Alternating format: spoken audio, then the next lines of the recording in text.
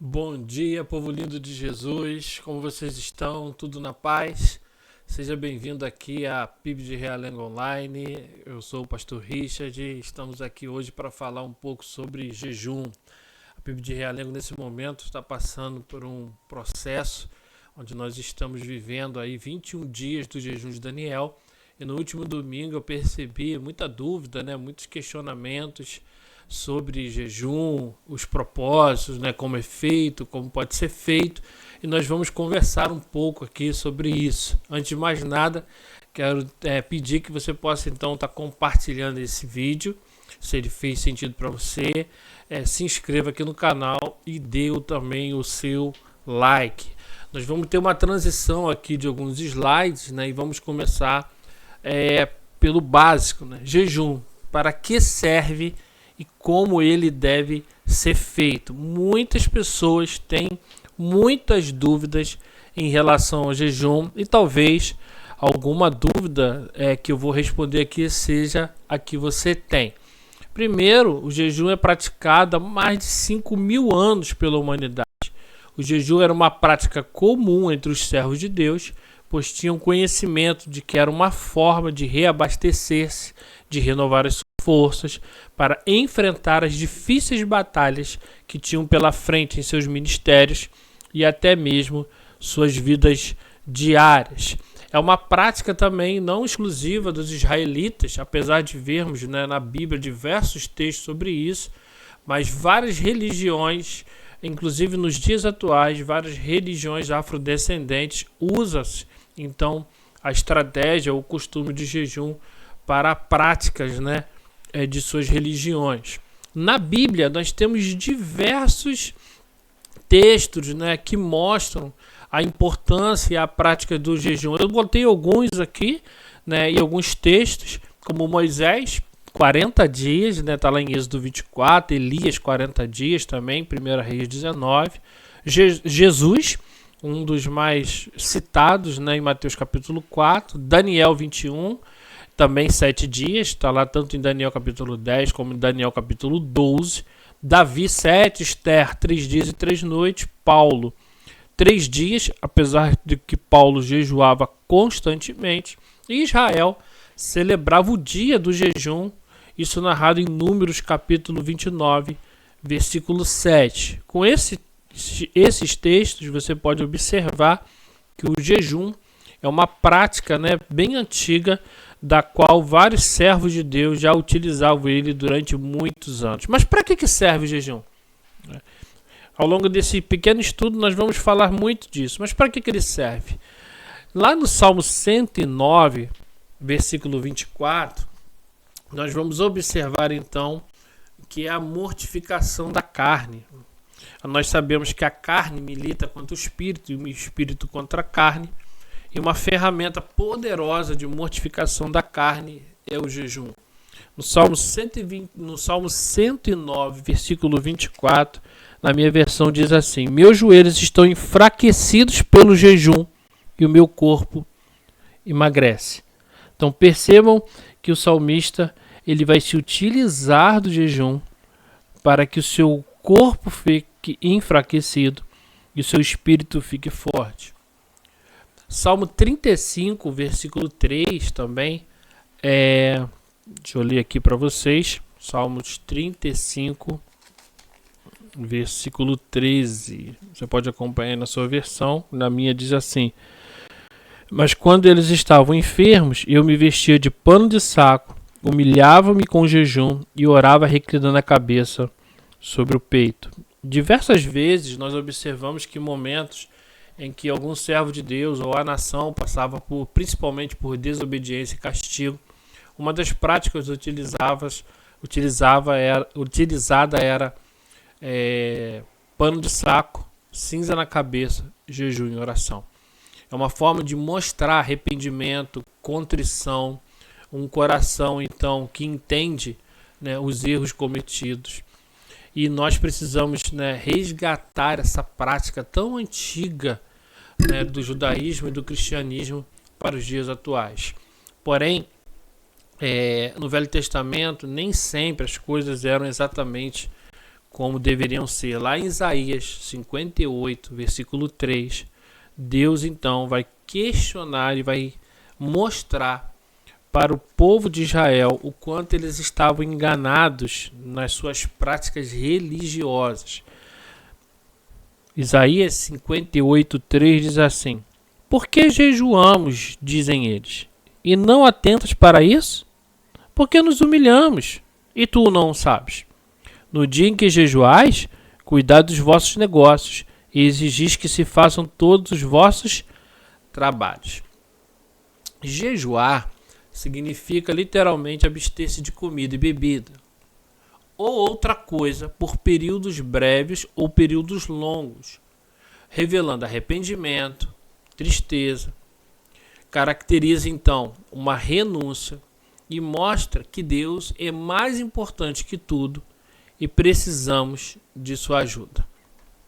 Então, nós precisamos partir desse princípio. Jejum, a palavra significa abstinência de alimentos. E é necessário então entender dessa renúncia, não apenas da comida, mas tirarmos um tempo para nos conectarmos com Deus. Lá em Isaías, nós vamos ver que o povo de Israel, ele se perdeu na prática e no propósito em relação ao jejum. E o Senhor vai mostrar para eles o quanto eles estavam enganados, porque o jejum passou a ser apenas uma prática aparente, uma prática religiosa. E eles começaram então a reclamar com o Senhor: nós estamos fazendo e o Senhor não está vendo. Porém, Deus vai dizer para eles, e você pode ler com calma aí Isaías 58, de que o jejum deles era apenas uma forma aparente, mas sem arrependimento de coração. Quando se faz jejum apenas como uma prática religiosa, isso vai trazer irritação, porque ficar sem comer traz irritação, traz canseira, traz enfado. Então é um sacrifício em vão. Era isso que estava acontecendo. Deus não deseja isso. Deus deseja as coisas de coração, não como uma prática religiosa. O que estava acontecendo em Isaías, e o que Deus vai alertá-los, é que isso que eles estavam fazendo não estava trazendo nenhum tipo de comunhão. Pelo contrário, eram apenas homens colocando máscaras, trazendo divisão, contenda, irritação e canseira. Isso nunca foi o plano de Deus, nem para a nação de Israel, muito menos para nós. Então, ao fazermos a prática do jejum e oração, não devemos fazer isso por obrigação, como uma forma aparente, né? Porque senão nós ficaremos irritados, vai trazer sacrifício tolo, canseira, e isso jamais é o que Deus almeja para nós. Perguntas que sempre ocorrem em épocas de jejum. Quais são as formas? Como deve ser feito? Existem algumas formas. O jejum normal é literalmente abster-se apenas de alimentos sólidos. Neste caso, a pessoa que jejua ingere apenas água. Vou dar um exemplo. No jejum de Jesus, do 40 dias e 40 noites no deserto, alguns acreditam que ele absteve-se apenas de alimento sólido. Isto está lá em Mateus, capítulo 4, a partir do versículo 2. Outros acreditam que foi água e alimento.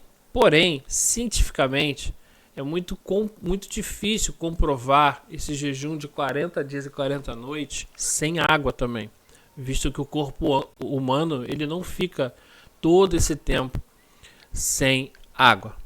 Nós temos o jejum que é o chamado jejum total. Esse, diferente do normal, é sólido e líquido. Na Bíblia, vemos que Saulo de Tarso, após se encontrar com Jesus na estrada de Damasco, ele se absteve de alimento sólido e líquido por 3 dias e 3 noites. Está lá narrado em Atos capítulo 9, versículo 9.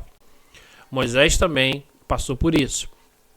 Quando ele vai obter pela segunda vez as tábuas da lei, a Bíblia vai dizer 40 dias e 40 noites, sem líquido e sem sólido. Um verdadeiro milagre. Porém, você pode ouvir pessoas dizendo de que essas expressões 40 dias, e 40 noites, elas são hebraísmos. E o que é um hebraísmo? Hebraísmo é uma forma, né, de expressão hebraica que demonstra muito tempo. Então nós temos 40 anos no deserto. O número 40 ele aparece diversas vezes na Bíblia. Dentro dessa teologia, alguns vão dizer que é apenas uma forma de expressão. Assim como uma mãe diz para o filho, eu vou te matar, criança, mas ela apenas está se expressando, né, a sua raiva, isso também seria uma forma de expressão. Então 40 seria um tempo muito longo. Logo não seria literal. Existe também essa forma de pensar. Fato é de que existe isso na Bíblia, né? Está lá em Êxodo 34, versículo 27. E nós temos o jejum parcial. Esse jejum parcial, abster-se apenas de alguns alimentos. Nós temos Daniel e seus 3 amigos. Eles vão se recusar a comer das finas iguarias de Nabucodonosor, rei da Babilônia. E por isso ele vai se alimentar apenas de legumes e águas. No domingo aqui na igreja, na Bíblia de Realengo, algumas pessoas vieram me questionar, né, se poderia comer ovo, né, se apenas arroz e feijão estava valendo. O jejum parcial ele tem sido muito utilizado nos últimos anos para pessoas que detêm principalmente questões de enfermidade, dificuldades. E ele também pode ser utilizado, é bíblico. E ele também é muito difícil, né? Aqueles que gostam, vou dar um exemplo aqui, de café, abster-se de café é uma verdadeira loucura. Você já observou que todas as vezes que você tenta se abster de algum alimento para uma prática de jejum, toda hora aparece aquilo? Se você vai se abster, sei lá, do ninho trufado, né? Que o pessoal gosta, né? Eu particularmente gosto muito. É você se abster, alguém coloca um ninho trufado na sua frente. E assim sucessivamente. Seja a Coca-Cola, né, o café, um bife com fritas, né? E isso é algo lícito, não é algo ilícito. O jejum parcial também pode e deve ser utilizado. O que vale, de fato, não é o que você está deixando, mas sim o propósito que aquilo está sendo feito. E isso, então, é mais importante do que aquilo que você, de fato, está deixando. Porque muitas pessoas, de repente, vão deixar de comer tudo. Mas qual é o propósito final daquilo? E o jejum, ele não precisa ser programado, pois deve ser espontâneo. Deve brotar de um desejo íntimo e pessoal. Geralmente vem de uma angústia própria ou de uma angústia de um grupo de pessoas por uma determinada situação, pelo um desejo de mudança ou transformação, e não necessariamente ele precisa ou deve ser programado. Em relação ao tempo de jejum, o tempo também é algo pessoal. Há pessoas que eles fazem jejuns de longos períodos ou de curtos períodos. Existem pessoas que fazem jejum apenas até a hora do almoço, né? E aí janta, é um período de 12 horas, 10 horas. Outra questão que eu sempre gosto de frisar: não deixe de tomar os seus medicamentos, não deixe de tomar os seus comprimidos, né? Não confundam as coisas. Outra coisa muito importante, né? No tempo em que você estiver com jejum e oração, no seu propósito, não deixe de tirar momentos de oração, de comunhão, de oração, de reflexão na palavra, seja ele por curtos ou longos períodos. O importante é esse momento, né, de busca de intimidade com Deus. Kenneth Haggai, ele vai ter uma frase que eu gosto demais dessa frase. Ele disse assim certa vez: o jejum não muda Deus, porque Deus continuará sendo Deus antes ou depois. O jejum muda você. Perceba a frase de Kenneth Haggai. Porque muitas pessoas, né, consciente ou inconsciente, eles vão fazer o jejum para obrigar, né, de certa maneira, Deus a fazer o que ele quer. Ou uma busca de um poder, né, de uma coisa sobrenatural, como se Deus fosse obrigado, após o nosso período de jejum, a se expressar de uma forma muito maior. Mas Deus continua sendo Deus. Que se alguém tem que mudar nessa situação, nessa relação, somos nós. Nós que estamos buscando a presença. Nós que estamos buscando mais a face. Por isso a importância de tirar um tempo de comunhão, de reflexão, de oração e de reflexão na palavra. Aqui na Bíblia de Realengo, nesse momento, agora no mês de agosto, né, nós estamos também fazendo o jejum das redes sociais e fazendo a leitura do Novo Testamento. Vieram me perguntar, né, se tinha algum problema não conseguir ler o Novo Testamento todo. Irmãos, não há problema nenhum. Se você ler apenas um dos livros do Novo Testamento e fazer uma boa reflexão nesse tempo, glória a Deus por isso. O mais importante não é a quantidade, mas a qualidade desse tempo. Se for um tempo de 5 minutos com muita qualidade, vale muito mais do que 1 hora apenas por fazer. Jamais se esqueça disso. Jesus, ele teve um embate muito forte também com os fariseus. Se Deus teve um embate muito forte com os israelitas lá em Isaías, isso voltou a se repetir com Jesus e os fariseus. Lá em Mateus 6, de 16 a 18, nós vamos observar que Jesus tem um embate com eles, porque eles tinham literalmente pego o jejum, a prática do jejum, e tinham corrompido essa prática para benefícios próprios. Nós sabemos que os fariseus jejuavam no mínimo 2 vezes por semana, segunda-feira e às quintas-feiras. E o jejum tinha se tornado um fim em si mesmo. Então, ao invés deles buscarem a Deus, eles começaram a fazer do jejum uma propaganda para mostrar ao povo o quanto eles eram espirituais. Lá em Mateus 6,16, Jesus chega a dizer assim: quando jejuardes, não vos mostreis entristecidos como os hipócritas, pois eles mudam a aparência do rosto, a fim de que os homens vejam que estão jejuando. Em verdade vos digo que eles já receberam a sua recompensa. Tu, porém, quando jejuardes, põe óleo na cabeça e lava o seu rosto, para não mostrar aos homens que estais jejuando. Esse jejum, que tinha um fim por si mesmo, ele era inútil. Qual era a utilidade dele? Propaganda.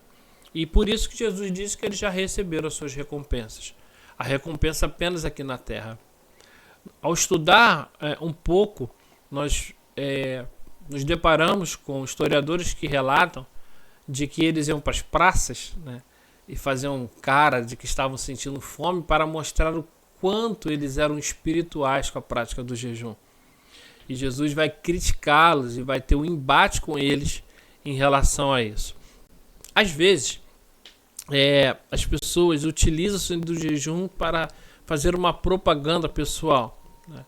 Isso é um conceito pagão, porque nunca foi sobre o que eu sou ou como eu sou espiritual, mas sim sempre foi como nós não somos nada e precisamos dele e precisamos nos aproximar do Senhor. E isso é importante demais para nós entendermos, né, a importância do jejum nos dias atuais.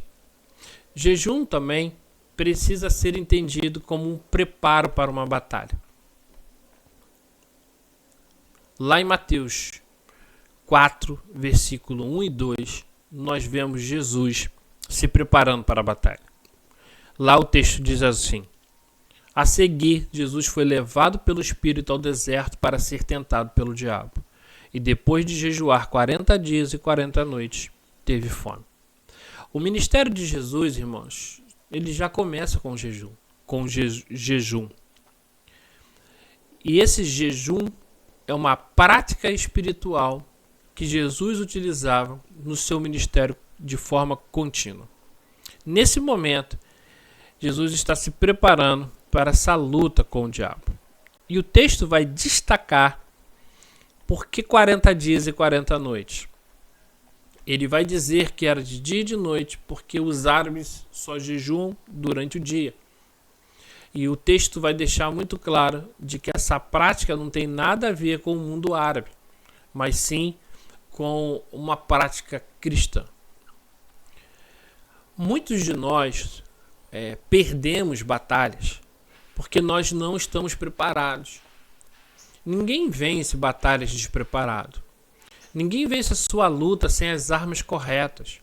Ninguém consegue obter vitória sem utilizar as armas que são necessárias. E Cristo deixou para nós as armas para nós vencermos as nossas batalhas diárias, sejam elas familiares, pessoais, como ministros na igreja, no trabalho. E por que nós estamos muitas das vezes sendo espancados pelo diabo dentro da nossa casa muitas das vezes? Porque nós não utilizamos as ferramentas e as armas espirituais que estão à nossa disposição. Para cada nível de batalha, para cada nível de luta, para cada nível de dificuldade, há um nível de unção. E o diabo, ele sempre vai nos atacar em nossa fragilidade. Perceba o que o diabo vai fazer com Jesus. Se tu és o filho do homem, manda que essas pedras se transformem em pão. Perceba que Jesus tem as armas. Ele utiliza-se das armas. Se Jesus, sendo Jesus, jejuava e orava, imagina eu e você. Jesus, ele vai se utilizar das armas corretas. E nesse caso aqui, ele se utiliza de 3 armas: jejum, oração e palavra. Com essas 3 armas, ele vai golpear o diabo e vai vencê-lo. Quando estamos preparados com essas armas, e o jejum serve para mostrar o quanto estamos dispostos a abrir mão para alcançar então o reino de Deus na nossa casa, na nossa família. Quando nós estamos preparados com essas armas, o diabo, ele bate em retirada. Nesse tempo agora que estamos, fazendo aqui na PIB de Realengo, esse tempo de jejum e oração, mesmo para aqueles que estão fazendo integral ou parcial, você coloca aí nos comentários se você não está percebendo, como é difícil fazer isso. Coloca aí nos comentários se você, como eu, passou por essa sensação. Porque ao ler o texto de Daniel, lemos assim: então Daniel decidiu abrir mão. Quando vem o texto de forma... Parece que o texto está longe, distante, mas quando nós começamos a fazer o jejum e oração, não parece que nós nos vemos em Daniel? Quantas vezes, estamos em algum lugar, ou na nossa casa, ou visitando alguém, ou na rua, e vem aquele cheiro da comida, vem aquele prato, aquele bife, e nós temos que abrir mão. A gente não percebe como é difícil aquilo? O jejum e oração nos aproxima do que a palavra quer nos dizer. Nos aproxima desses heróis que tanto amamos, como Jesus, Daniel, Abraão, Moisés e Paulo.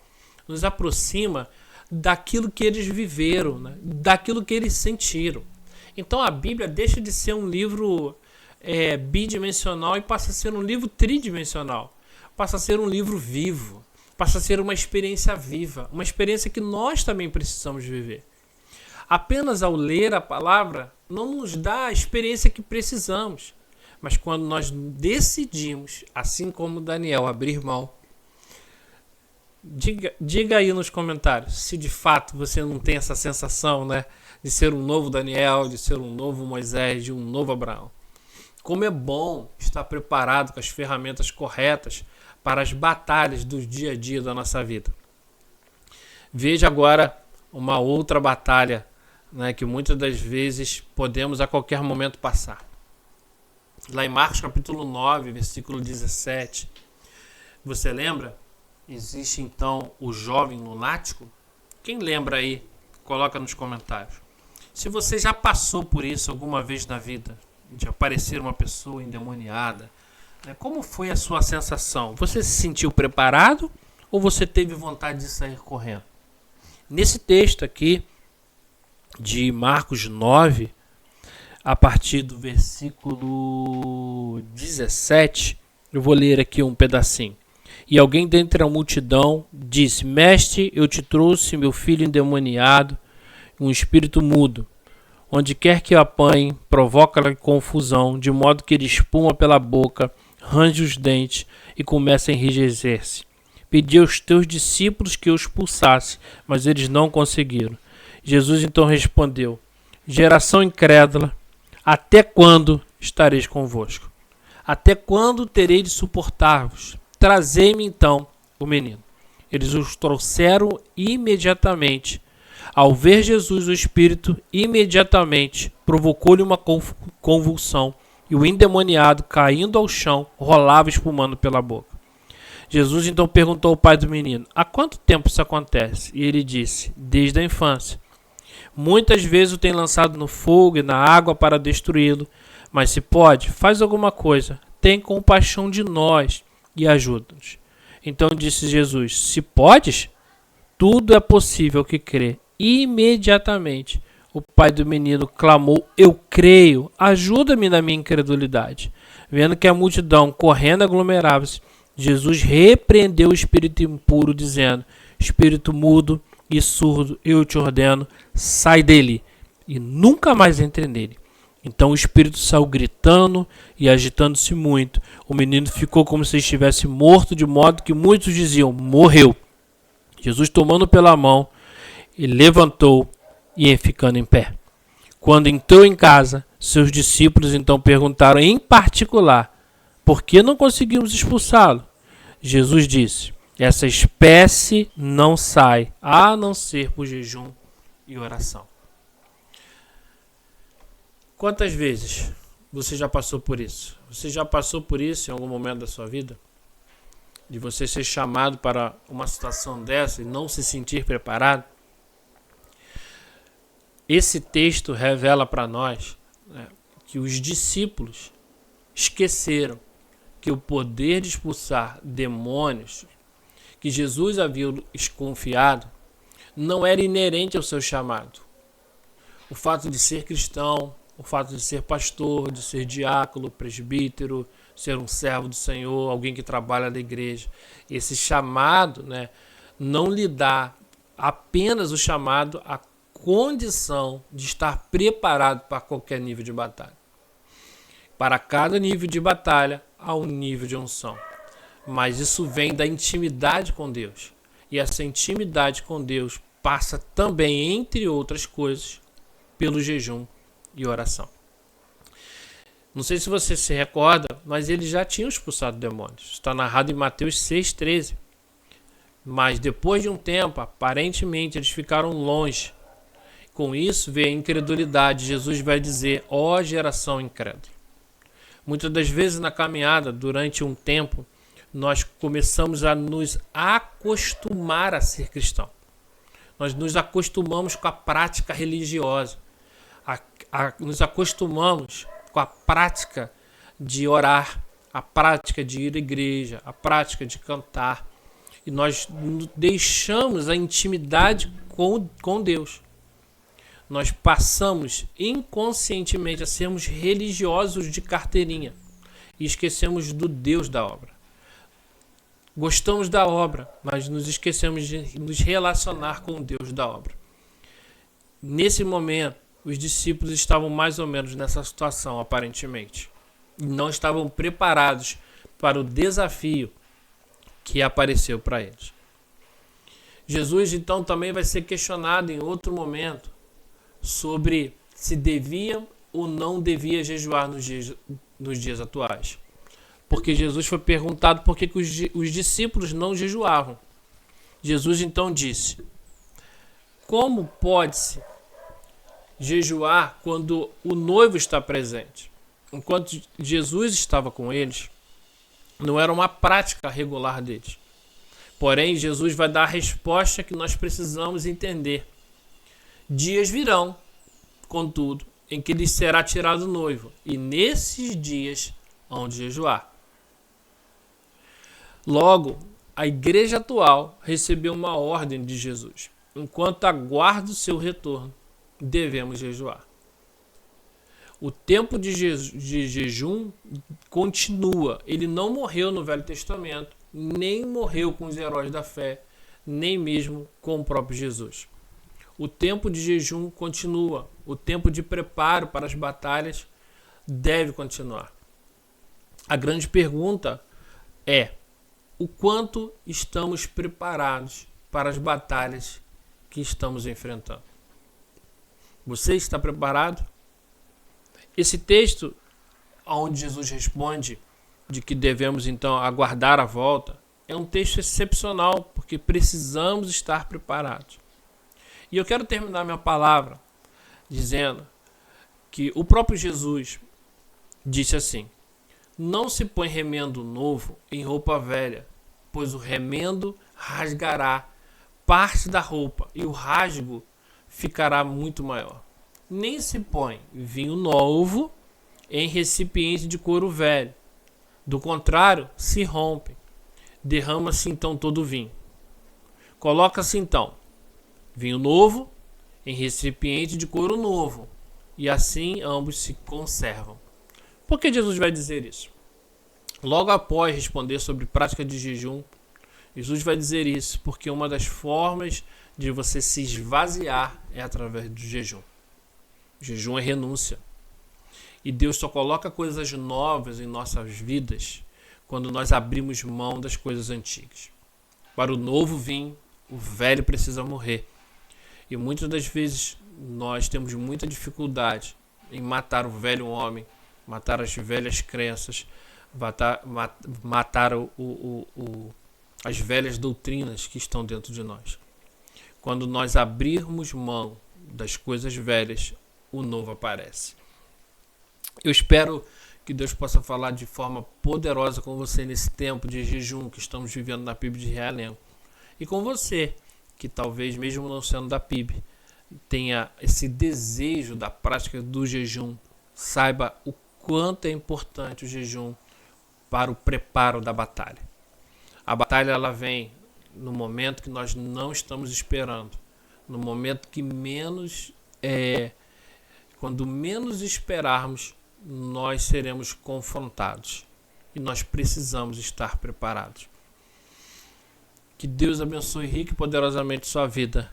Eu gostaria de orar por você e mais uma vez pedir que você feche seus olhos. Senhor, muito obrigado por todos que assistem, aqueles que têm alguma dúvida, que ela seja esclarecida pela tua palavra.